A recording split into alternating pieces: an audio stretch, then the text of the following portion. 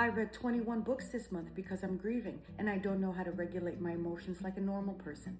And if my mom was still here, she'd probably smack me in the back of the head and say, "Suck it up, sugar tits," because life doesn't stop. So in her honor, let's go through these books and give them the softest judgment that I can muster. You read 21 books instead of talking about your feelings. Good job, idiot. The Psychopath Next Door by Mark Edwards. Yes. This book is what happens when your neighbor pretends to be Mary Poppins, but instead she's creating an internship for baby villains. Are Your Parents Home by John Nathan? No. This book felt like a deranged home invasion led by a demon-possessed door-to-door Tupperware salesman.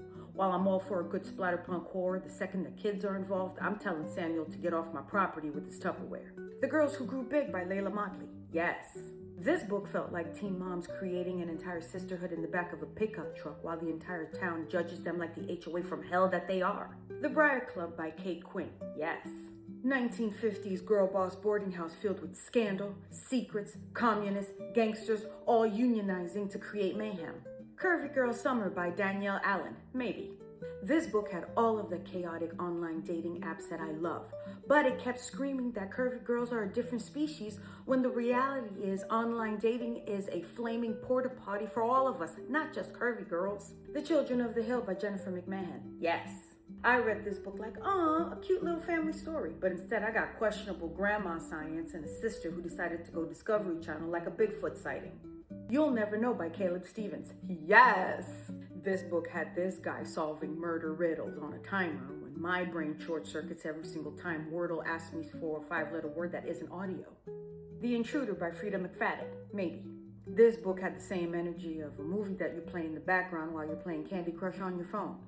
You stop for the twist, but never really truly put the phone down while you're playing. Dungeon Crawler Carl by Matt Dinniman. Yes! This book is what happens when the world ends, your ex's cat becomes your partner, and you're forced to enter a bunch of deadly games in nothing but cute little heart-shaped boxers.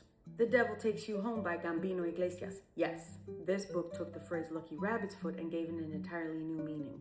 Heartless Hunter and Rebel Witch by Kristen Ciccarelli. Yes! This duology is one long-ass magical fever dream where two attractive idiots are constantly falling in love with each other while simultaneously ruining each other's lives and making it look romantic. Once Upon a Time in Dollywood by Ashley Jordan. Maybe. This was a maybe for me because it needed less Reese book club energy and more Reese with her knife fixing the pacing energy. The First Day of Spring by Nancy Tucker. Yes. This book will have you screaming every 5 minutes, "Why am I sympathizing with an 8-year-old who ruins people's lives before snack break?" We Live Here Now by Sarah Pinborough. Yes. Every chapter in this book said, "Trust your instincts," but my instincts kept saying, "Bitch, sell the goddamn house." The Lamb by Lucy Rose. Yes.